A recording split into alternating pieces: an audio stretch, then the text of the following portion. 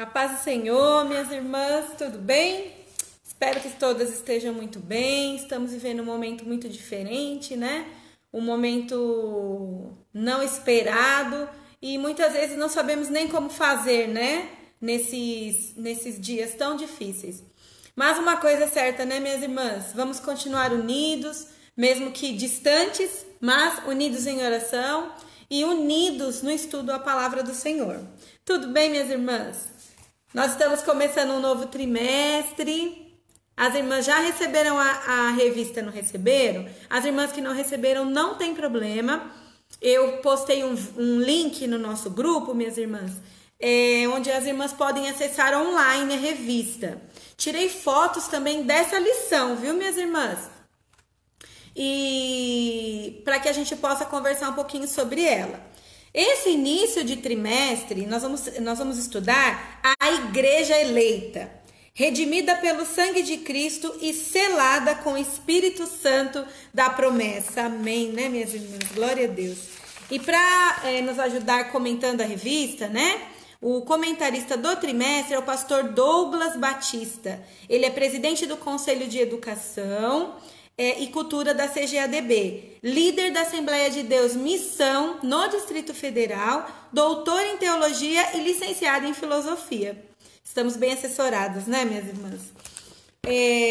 Continuando, né, queria assim informar as irmãs que esse vídeo não tem intuito de ser uma aula, irmãs. Eu quero conversar com as irmãs a respeito da revista. A gente não consegue a aula mesmo, a aula boa, a aula gostosa, quando estamos juntas, né, minhas irmãs? Na igreja, onde nós podemos tirar as dúvidas, conversarmos, né? Mas eu vou dar o meu melhor aqui, minhas irmãs. Já vou pedindo desculpa pelos erros, que eles vão acontecer. É bem difícil fazer assim, viu, minhas irmãs? Mas eu quero fazer o meu melhor para as irmãs. E já peço que as irmãs fiquem orando aí, me ajudando. Né, minhas irmãs? Então vamos lá. A primeira, nós temos 13 lições nesse trimestre. Eu vou ler só o título das lições.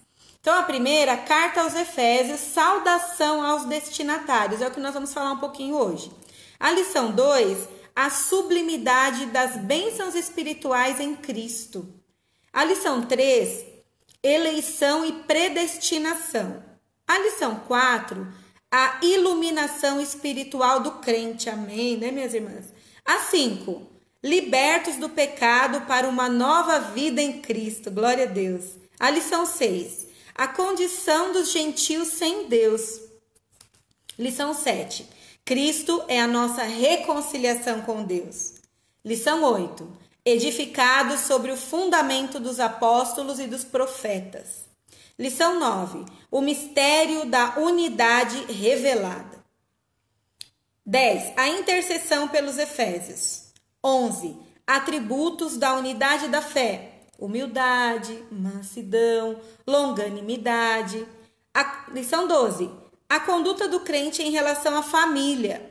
E lição 13, a batalha espiritual e as armas do crente. Então, minhas irmãs, vai ser um trimestre abençoado. Vai ser um trimestre para nossa edificação.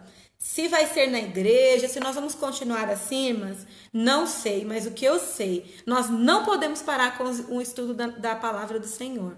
Vamos a cada dia nos esforçarmos, viu, minhas irmãs? É mais difícil, não é a mesma coisa, mas vamos lá, né, minhas irmãs? Glória a Deus. Para a nossa conversa de hoje, carta aos Efésios, saudação aos destinatários. Nós sabemos que o contexto desta carta é um contexto onde na cidade de Éfeso é uma cidade idólatra, é uma cidade que vive baseada na adoração a uma deusa, que a gente vai ver mais pra frente. Comércio, cultura, a cultura é voltada para magia, a cultura é voltada para adoração a outros deuses. Então, minhas irmãs, é um contexto bem ruim. Mas Paulo, todo cheio do poder de Deus, chega a essa cidade e muda tudo, viu, minhas irmãs? Ele é usado por Deus, não é Paulo quem faz, é Deus quem faz através de Paulo. né, minhas irmãs? Mas vamos lá, então, passo a passo, devagarzinho, para a gente entender. Então, a nossa lição de hoje é a lição 1, carta aos Efésios, saudação aos destinatários. O texto áureo diz assim: a vós, graça e paz da parte de Deus nosso Pai e da do Senhor Jesus Cristo. Efésios 1 e 2.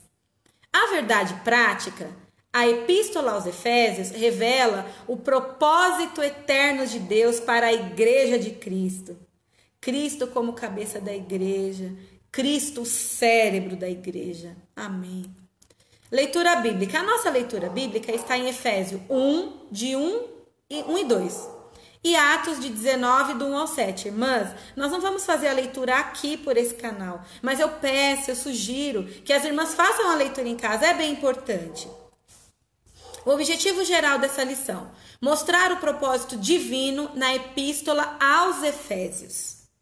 Dentro daqui, todo aquele contexto que a gente já falou um pouquinho.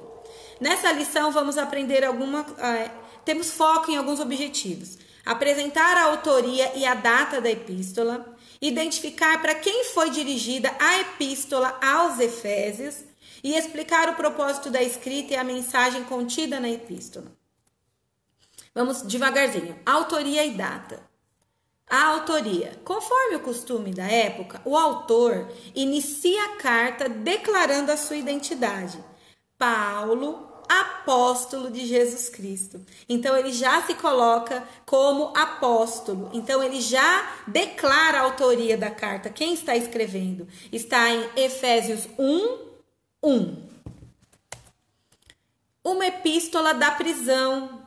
Paulo está num contexto bem ruim quando ele escreve essas cartas. A epístola foi escrita no período em que Paulo se encontrava preso em Roma.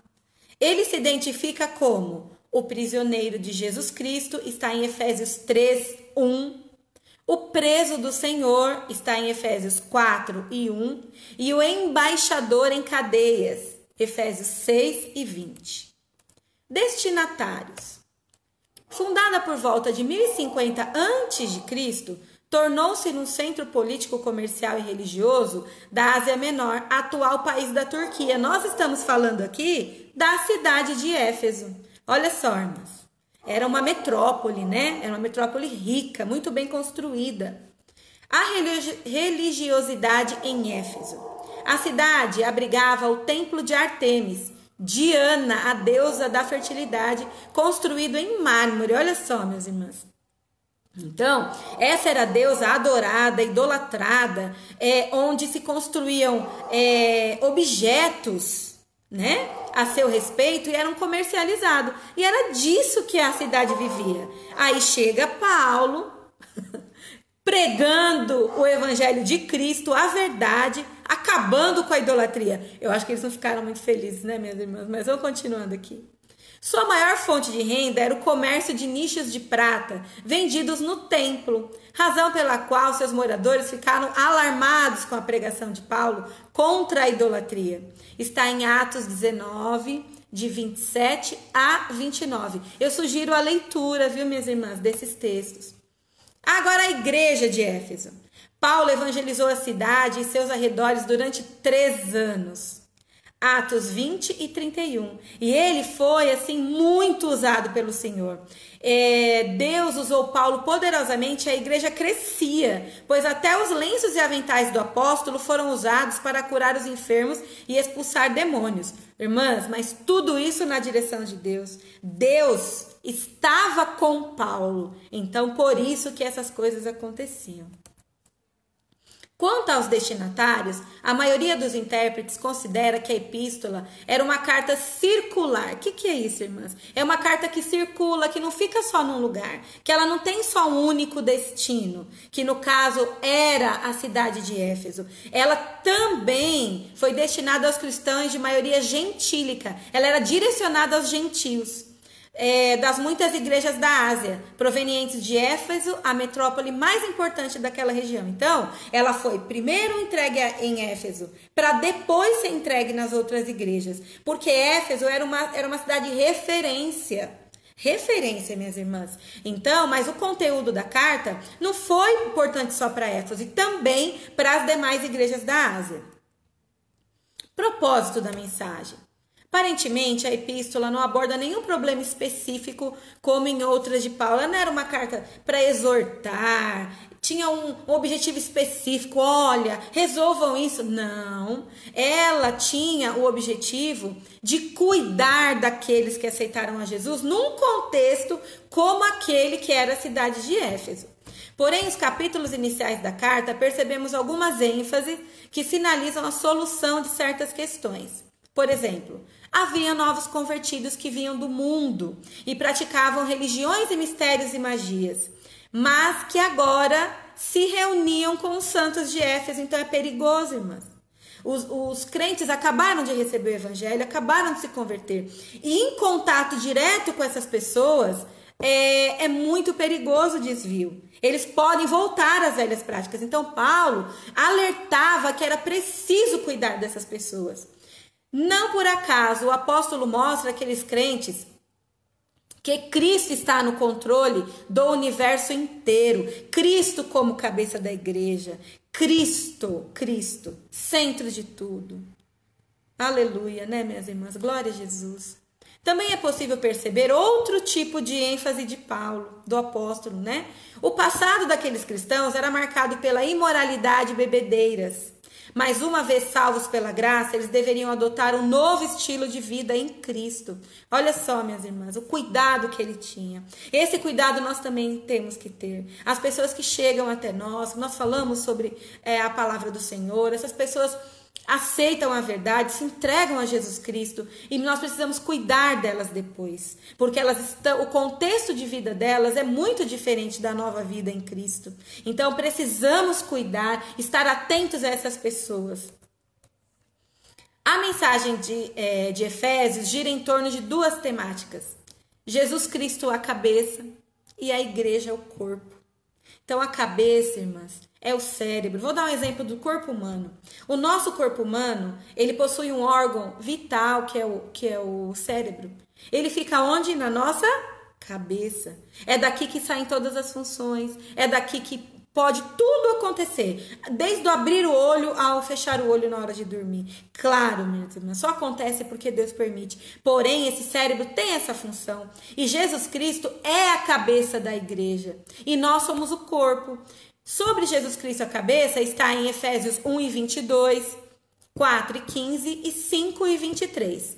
E a igreja, o corpo, é falado em Efésios 1:23, 4:12 e 5:30. Assim podemos classificar os desdobramentos desses assuntos nos seguintes eixos temáticos. O que é isso, irmã Kelly? Além desses dois eixos, Cristo a cabeça e os membros somos nós, né? Também é trabalhado a consumação do plano eterno, a consumação do plano eterno de Deus na pessoa de Jesus Cristo, Efésios 1:3 e 5, novamente Jesus como centro. A atuação do Espírito Santo como penhor da experiência de salvação. Quando Paulo chega na cidade de Éfeso, ele encontra os 12 apóstolos e pergunta para eles: qual é o batismo, né? Vocês receberam o Espírito Santo? Nós nem sabemos do Espírito Santo. Respondem a ele. E ele diz: mas qual é o batismo? Eles falam que foram batizados do batismo de João. E nesse momento, Paulo, através de Paulo, Deus usa Paulo, e esses discípulos recebem o batismo com o Espírito Santo. Então é importante buscarmos esse batismo com o Espírito Santo. O Espírito Santo é o condutor da nossa salvação, minhas irmãs. É através dele. Ele é o que vai nos convencer e nos levar à nossa salvação. É o Espírito Santo. A reconciliação dos povos por intermédio da cruz de Cristo, a revelação do ministério da vontade de Deus por obra do Espírito Santo, um novo estilo de vida baseado na unidade, na comunhão com o Espírito, na frutificação, na adoração e na intercessão do Espírito, e os novos relacionamentos conjugais e a luta contra o diabo. Minhas irmãs, é muito rica essa epístola. Portanto, a epístola contém uma combinação de doutrina, fé e prática da vida cristã, ou seja, de tudo quanto Deus fez e do que Ele espera que a igreja faça, minhas irmãs. Conclusão. A epístola revela um elaborado resumo da salvação e suas implicações para a vida cristã. Seu conteúdo recorda do favor imerecido que recebemos gratuitamente da parte de Deus. Suas exortações nos impelem a viver em santidade e alicerçados em Cristo, a cabeça da igreja. Está em Efésios 1:22, a batalhar contra as forças das trevas. Amém, minhas irmãs? É um conteúdo muito rico e merece aprofundamento, viu, irmãs? Leiam, estudem, minhas irmãs, porque certamente nós vamos ser edificados com essa palavra. Amém, minhas irmãs? Deus abençoe a todas grandemente.